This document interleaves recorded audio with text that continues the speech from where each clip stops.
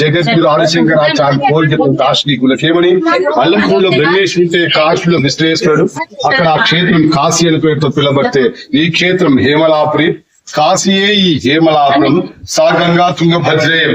కాశీలో ఉత్తరవాహిని గంగానది ఉత్తరం పెడితే అల్లంపూర్లో ఉత్తరవాహిని తుంగభద్రానది ఉత్తరం పెడుతుంది. కాశీలో 1,000,000 శివలింగాలుంటే అల్లంపూర్లో 1,01 శివలింగం. కాశీలో విశాలాక్షమ్మ శక్తిపీఠం ఉంటే జోగులాంబాదేవి. కాశీ బ్రహ్మాలయం ఉంటే ఇక్క బ్రహ్మాలయం. కాశీలో గంగా యమునా సంగం ఉంటే కృష్ణా తుంగభద్ర.